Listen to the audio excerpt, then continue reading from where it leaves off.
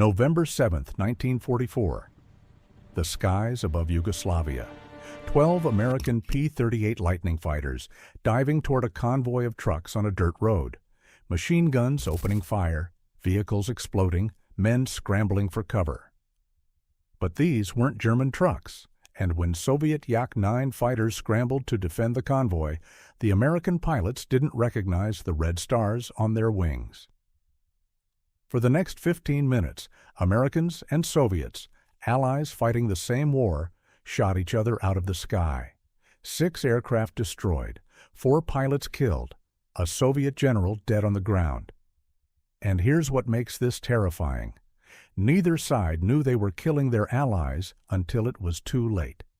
This is the story of the only sustained aerial combat between American and Soviet forces in history.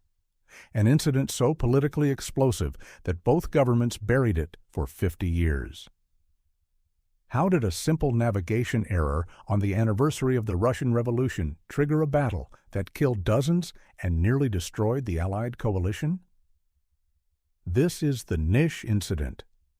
To understand how American and Soviet pilots ended up in a dogfight, you need to understand where they were and what was happening in Yugoslavia in November 1944. By late 1944, Nazi Germany was collapsing. The Soviets were pushing from the east, the Americans and British from the west. The end of the war was visible on the horizon, but Yugoslavia was chaos. The country was a three-way civil war wrapped inside World War II. You had Tito's communist partisans, the royalist Chetniks, the fascist Ustashi, plus German occupiers, and now Soviet liberators pushing through to link up with the partisans. The 15th Air Force, flying from Italy, was hammering German supply lines throughout the Balkans. Multiple bombing missions every day. Hundreds of aircraft crisscrossing the same airspace where Soviet fighters were operating. And here's the problem. There was no real coordination. On one side, the entire might of the Soviet Third Ukrainian Front. Thousands of troops, tanks, artillery pieces, and fighter aircraft pushing through Yugoslavia. Among them, the 6th Guards Rifle Corps, battle-hardened veterans who'd fought from Stalingrad to the Balkans. On the other side, American pilots who'd never seen Soviet aircraft up close, didn't know Soviet recognition signals, and were given outdated maps that showed German positions where Soviet forces now operated. It was a disaster waiting to happen. And worse, the aircraft themselves were the problem. The American P-38 Lightning, with its distinctive twin-boom design, looked almost identical from certain angles to the German Focke-Wulf WW2 reconnaissance plane. To a Soviet fighter pilot scrambling to defend a convoy under attack, that silhouette meant enemy. This wasn't just poor communication. It was a systematic failure to prepare 2 Allied air forces to recognize each other in combat. Leading the American formation that morning was Colonel Clarence T. Edwinson, call sign Curly, career officer, combat veteran, commander of the 82nd Fighter Group, flying out of Vincenzo, Italy. On November 7, 1944, Edwinson was leading 12 P-38 Lightnings on what should have been a routine ground attack mission. Their target, German vehicles and troops on the Skopje-Pristina road in southern Yugoslavia. Now, if you've never flown combat missions in 1944, you need to understand what navigation looked like. No GPS, no satellite imagery, no real-time intelligence updates. You had a paper map, a compass, visual landmarks, and your best guess. You were flying at 300 miles per hour over hostile territory where the front lines changed daily. Towns that were German-held yesterday might be liberated today. Roads that showed enemy positions on your map might now have Allied convoys. The margin for error was massive. Edwinson's flight plan took them deep into the Balkans. They were supposed to be hunting German military vehicles approximately 50 kilometers south of Niš, in an area marked on their maps as enemy-controlled. But here's what Edwinson didn't know. The Soviet Third Ukrainian Front had pushed their lines forward faster than American intelligence could update their maps. The area he was flying toward wasn't German-controlled anymore. It was Soviet-controlled. At approximately 10 a.m., flying at medium altitude, Edwinson's formation spotted a vehicle convoy on a road below. Trucks, military vehicles, moving in formation. Everything about it looked like a German military convoy. Edwinson gave the order, attack. The 12 P-38s rolled into their attack dive. Multiple passes, machine guns and cannons tearing into the vehicles, men diving from trucks, explosions, chaos. And down on that road, Soviet General Grigory Petrovich Kotov, commander of the 6th Guards Rifle Corps, veteran of multiple campaigns, holder of the Order of Lenin, was killed in the first minutes of the attack. The Americans had just killed one of the highest-ranking Soviet officers in the theater. But they didn't know it. From the cockpit of a P-38, those trucks looked German. Those uniforms looked German. There were no red stars visible, no Soviet flags, no recognition signals. Edwinson and his pilots thought they'd found exactly what they were looking for, a German convoy. 3 kilometers away at a forward Soviet airfield, pilots from the 866th and 897th Fighter Aviation Regiments were scrambling. Someone was attacking their ground forces. Among those pilots was Captain Alexander Koldunov, 24 years old, already an experienced combat pilot with multiple kills against the Luftwaffe. Koldunov and his fellow pilots ran for their Yak-9 fighters, Soviet-built, single-engine fighters that were among the best aircraft in the Red Air Force. Within minutes, multiple Soviet fighters were airborne and racing toward the sound of gunfire. And here's where everything went catastrophically wrong. When Koldunov's formation spotted the P-38s, they didn't see American aircraft. They saw twin-boom silhouettes that looked exactly like the German FW-189 Rama, a reconnaissance aircraft the Soviets had been shooting down for 3 years. The Germans had FW-189s operating in the area. Soviet pilots had been briefed to watch for them. And now, here were twin-boom aircraft attacking Soviet ground forces. The Yak-9s dove into the attack. What happened next was 15 minutes of absolute chaos. American pilots suddenly found themselves under attack from single-engine fighters. They assumed they were Luftwaffe, probably Bf-109s or FW-190s. Soviet pilots were engaging what they thought were German reconnaissance planes with fighter escort. Neither side recognized the other. Junior Lieutenant Shipulya's Yak-9 took multiple hits from a P-38's machine guns. His aircraft went down. He died in the crash. Lieutenant Jastovsky engaged an American fighter at close range. He was shot down and killed. A third Yak-9 was hit, not by the Americans, but by Soviet anti-aircraft fire from the ground. In the confusion, Soviet gunners were shooting at anything in the sky. On the American side, 2 P-38s were shot down. Lieutenant Coulson, hit by Soviet fire, crashed and died. Lieutenant Brewer, either shot down or damaged, crashed and was killed. 8 minutes into the fight, 6 aircraft had been destroyed. 4 pilots were dead or dying, and both sides still thought they were fighting Germans. Captain Alexander Koldunov had a problem. He'd just watched 2 of his fellow pilots get shot down. The Americans were still in formation, still fighting, and the battle was escalating. More Soviet fighters were arriving. More American aircraft might be incoming as reinforcements. This fight could spiral into something catastrophic. But Koldunov had noticed something, the way the American P-38s were flying, their formation discipline, their tactics. These weren't German pilots. German pilots in 1944, especially flying obsolete FW-189 reconnaissance planes, didn't fight like this. They didn't maintain formation.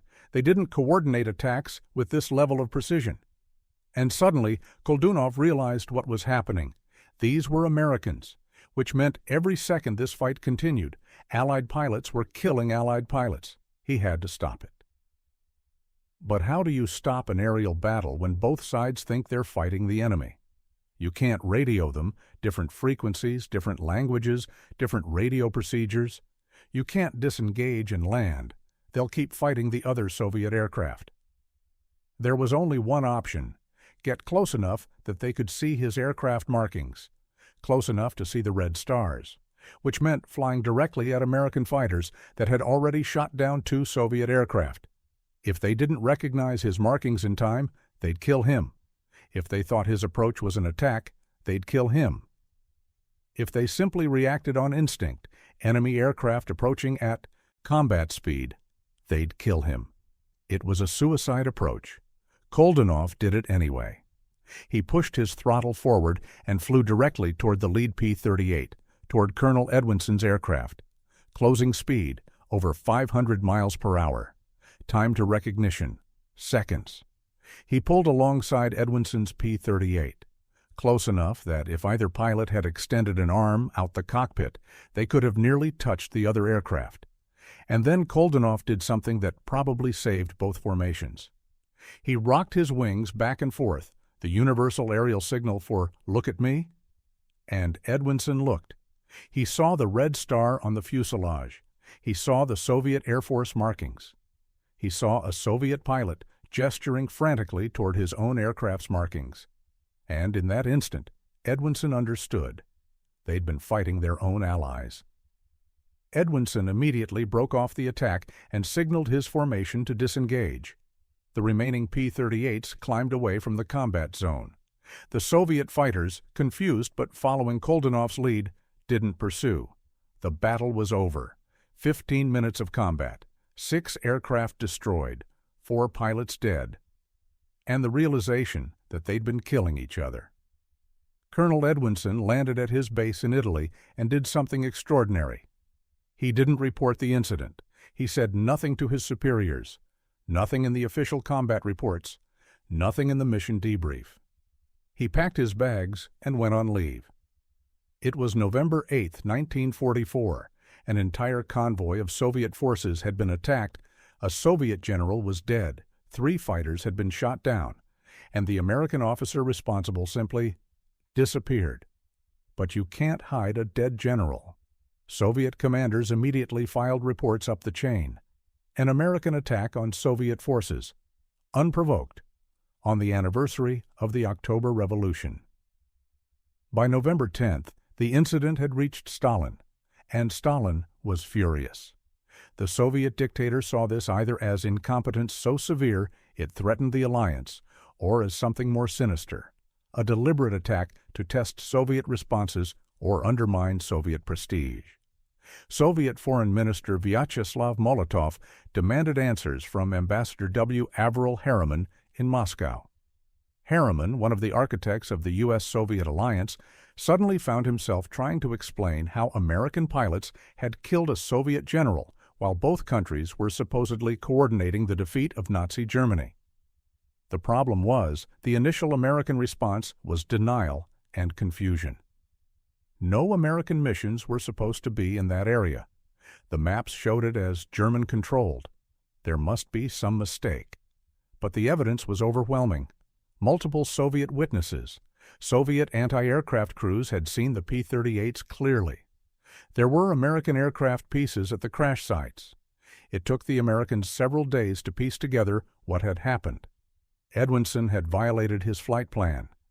Whether through navigation error or misreading intelligence, he'd led his formation 80 kilometers beyond their assigned target area, deep into Soviet-controlled territory. By the time U.S. Command figured this out, Edwinson was already stateside. He was quietly reassigned. No court-martial, no public acknowledgement, just a transfer away from combat operations. The official American investigation concluded: navigation error, misidentification, tragic accident. On December 14, 1944, more than a month after the incident, Ambassador Harriman personally delivered a formal apology from President Franklin Roosevelt and Army Chief of Staff General George Marshall to the Soviet government. The apology was accepted, but the damage was done. Soviet commanders began questioning American competence. American pilots began questioning Soviet positions on their maps. The trust between forces was cracked, and both governments agreed on one thing: this incident could never become public. Here's what makes the Niš Incident so fascinating from a historical perspective.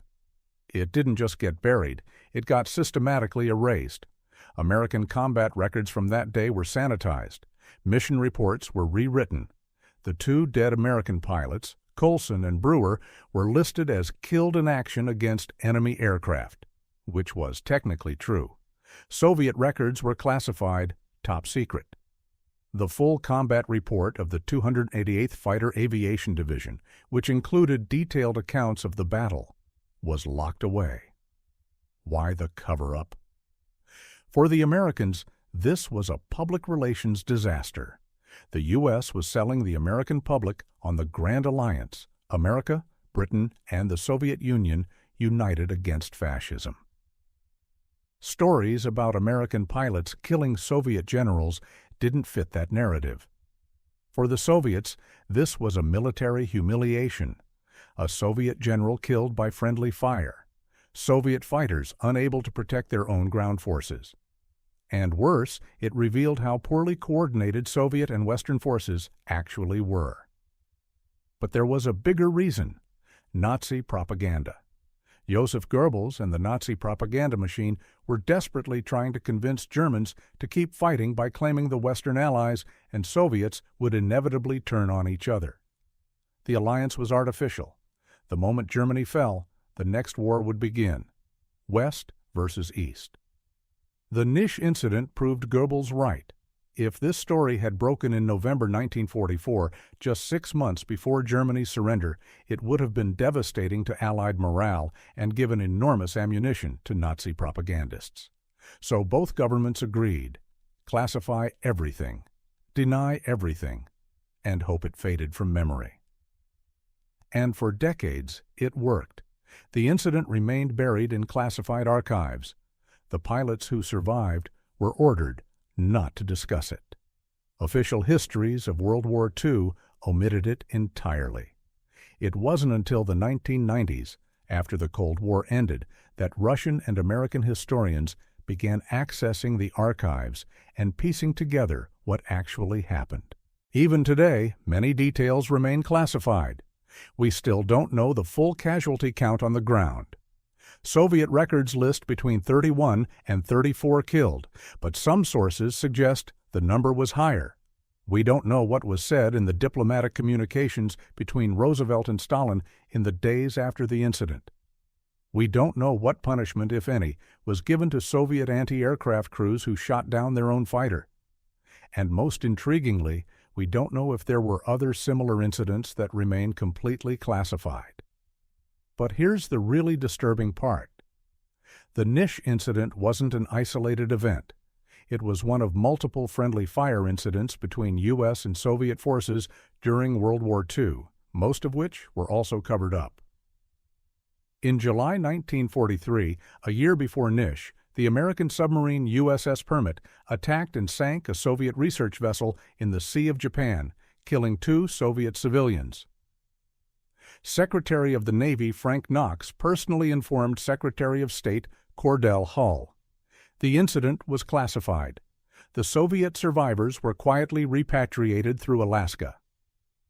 During Operation Frantic in summer 1944, when American bombers were shuttling between Italy, Britain, and Soviet bases in Ukraine, American aircraft were repeatedly fired on by Soviet forces. At least 7 F-5 reconnaissance aircraft, photo variants of the P-38, were attacked by Soviet fighters or anti-aircraft fire. One was shot down and destroyed. The problem became so severe that when President Roosevelt flew to Yalta in February 1945 for his conference with Stalin and Churchill, American security teams insisted on placing U.S. observers at every Soviet anti-aircraft position along the flight path. They didn't trust Soviet forces not to shoot down the president's aircraft. Think about that. February 1945. Germany is weeks from surrender. The Grand Alliance is supposedly at its peak, and American security teams are worried that Soviet forces might kill the American president by mistake.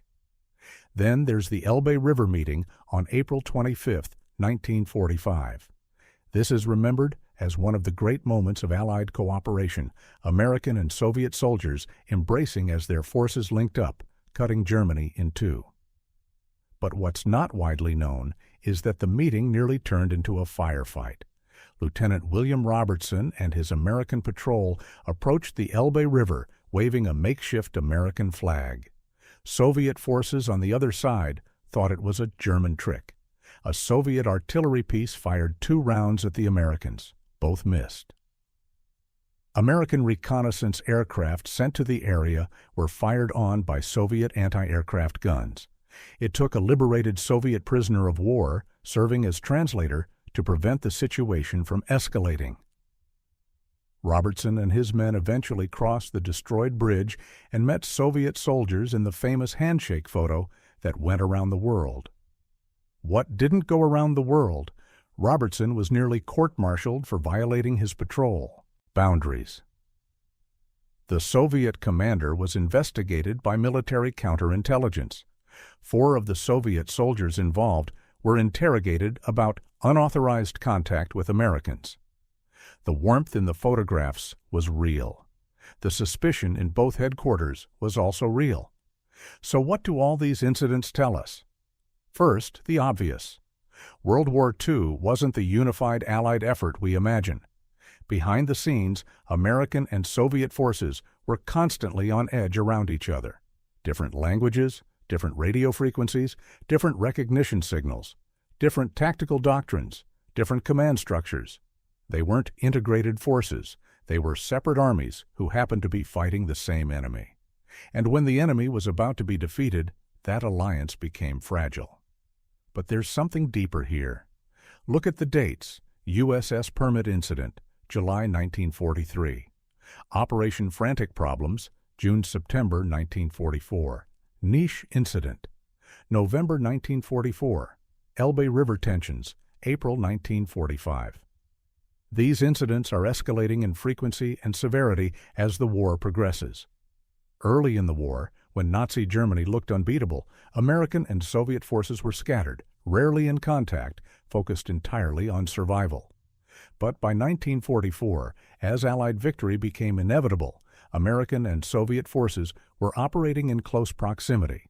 In Italy, in Yugoslavia, in Ukraine, in Poland, in Germany itself. And every time they got close, incidents happened. It's almost as if the alliance could only function when the Allies were losing. The moment victory became certain, the cracks appeared. And both governments knew it. That's why every incident was covered up. That's why pilots were ordered to silence. That's why records were classified for 50 years. Because everyone at the top, Roosevelt, Stalin, Churchill, understood that these incidents weren't accidents. They were previews.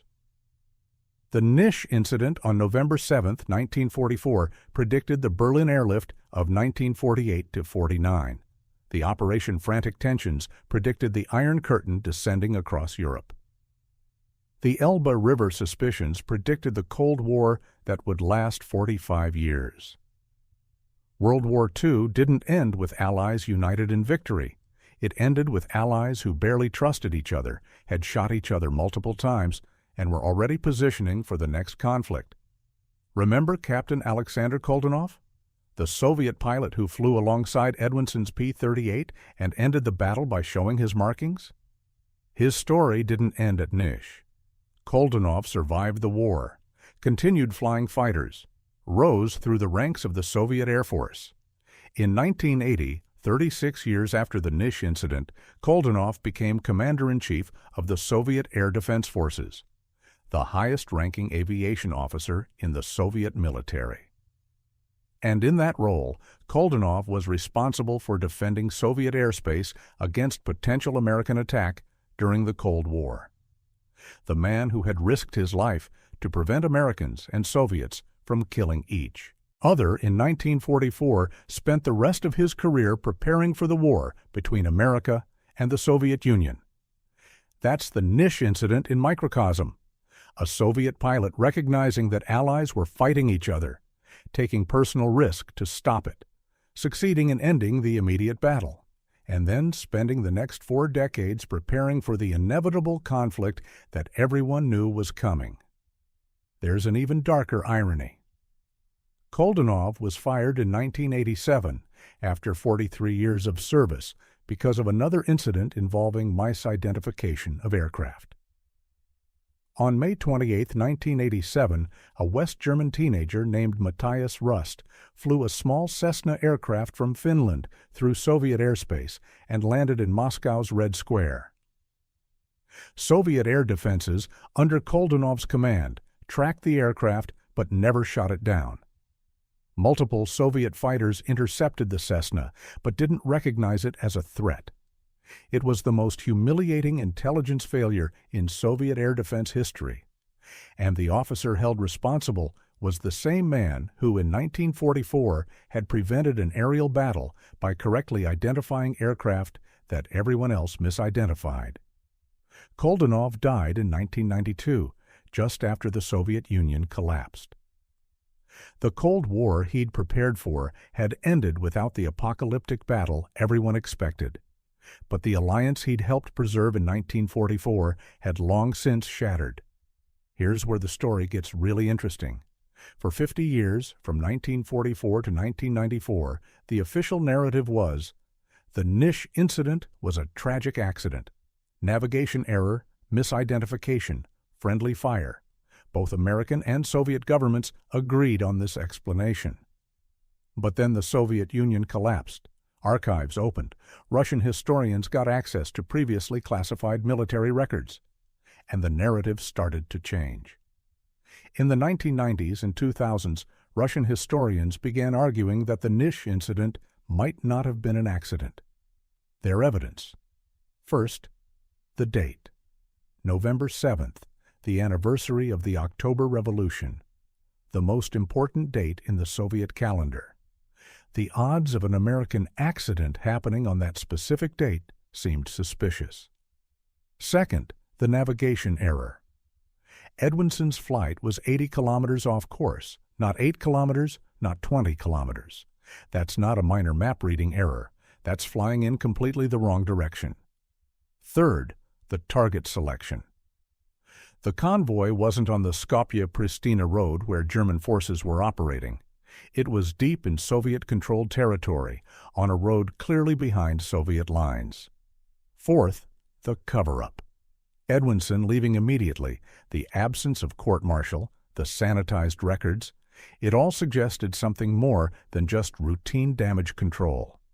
Russian historians began floating a theory. What if the attack was deliberate? What if it was a message from hardliners in the U.S. military who opposed cooperation with the Soviets? Now, there's no evidence for this.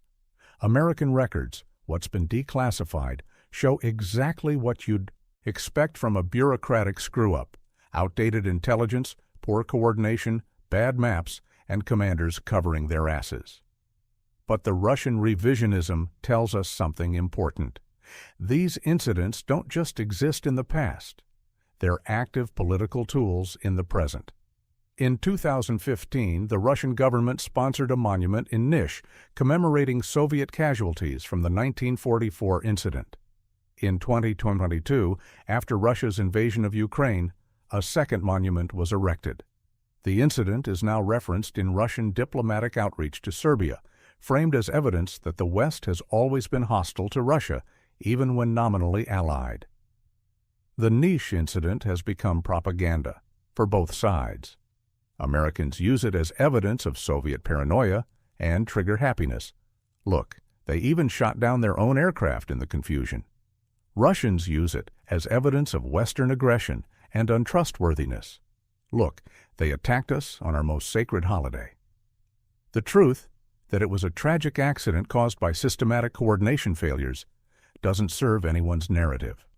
So the battle that happened in 1944 is still being fought in history books and diplomatic speeches. So what's the real lesson of the Niš incident? It's not about navigation or aircraft identification or even friendly fire. It's about how fragile alliances are. The United States and Soviet Union were allies for less than 4 years, June 1941 to August 1945. In that time, they coordinated the defeat of Nazi Germany, the most successful military alliance in history, by any objective measure. But they couldn't prevent their forces from shooting each other, multiple times, with increasing frequency as victory approached, because the alliance was never based on shared values or mutual trust. It was based on shared enemy. And the moment that enemy began to crumble, the alliance began to crack. Every pilot who scrambled during the Niš incident thought they were doing the right thing. The Americans thought they were attacking German forces. The Soviets thought they were defending against German aircraft. Koldunov thought he was preventing unnecessary deaths. Edwinson thought he was following his mission orders. Everyone was following their training, their instincts, their understanding of the situation. And it resulted in 4 dead pilots and dozens of dead soldiers. Because in the fog of war, when forces are operating in proximity without deep coordination and mutual trust, accidents don't just happen. They're inevitable. The Niš incident wasn't an aberration. It was the norm. We only remember the Elbe River handshake photo because it was the exception, the rare moment when American and Soviet forces met without shooting. What we forget is all the times they did shoot. And here's the uncomfortable truth. If World War II had lasted another year, if Germany had held out through 1945 and into 1946, there would have been more incidents, more attacks, more misidentifications, more dead pilots.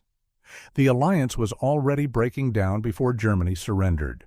The Cold War didn't start in 1947 with the Truman Doctrine. It started in 1944 over the skies of Niš, when American and Soviet pilots discovered how easy it was to kill each other. The rest was just formality. On November 7, 1944, in the skies above Yugoslavia, 12 American P-38 fighters and multiple Soviet Yak-9s fought a 15-minute aerial battle. 6 aircraft were destroyed, 4 pilots killed, a Soviet general dead on the ground, dozens of soldiers dead or wounded. And it never should have happened. Both sides were fighting the same war. Both sides were supposedly coordinated by high command. Both sides were working toward the same goal. But communication failed, intelligence failed, recognition failed, and people died. Captain Alexander Koldunov stopped the battle by doing something extraordinarily dangerous, flying close enough to the enemy that they could kill him instantly, just to show them he wasn't the enemy. It worked that day, but it didn't work for long. Within 3 years, the alliance was over. The Iron Curtain fell across Europe. American and Soviet forces faced each other across checkpoints in Berlin, fingers on triggers, waiting for the next war. The war that Koldunov spent the rest of his career preparing for. The war that thankfully never came. But it could have. And maybe it would have started the same way the Niš incident started, with a navigation error, a misidentification, and pilots who thought they were doing the right thing. That's the lesson of November 7th, 1944. Wars between allies don't start because people want them to start. They start because in the fog of war, it's incredibly easy to see an ally as an enemy. All it takes is bad intelligence, poor coordination, and a few seconds of confusion. The rest writes itself. The full story of American-Soviet friendly fire incidents in World War II remains partially classified. Documents in both American and Russian archives are still restricted. We may never know the complete casualty count or the full diplomatic fallout. But we know enough to understand this. The alliance that won World War II was held together by necessity, luck, and a handful of pilots, like Alexander Koldunov, who chose to risk their lives to prevent their allies from killing each other. It was never as strong as the photograph suggested, and it ended the moment the necessity disappeared.